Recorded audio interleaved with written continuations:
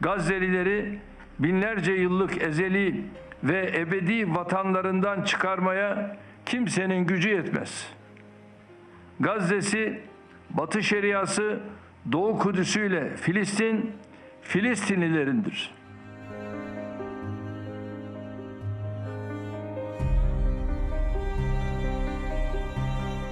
Siyonist lobinin baskısıyla yeni Amerikan yönetiminin Gazze ile ilgili gündeme getirdiği önerilerin bizim açımızdan dikkate ve konuşulmaya değer hiçbir yanı yoktur.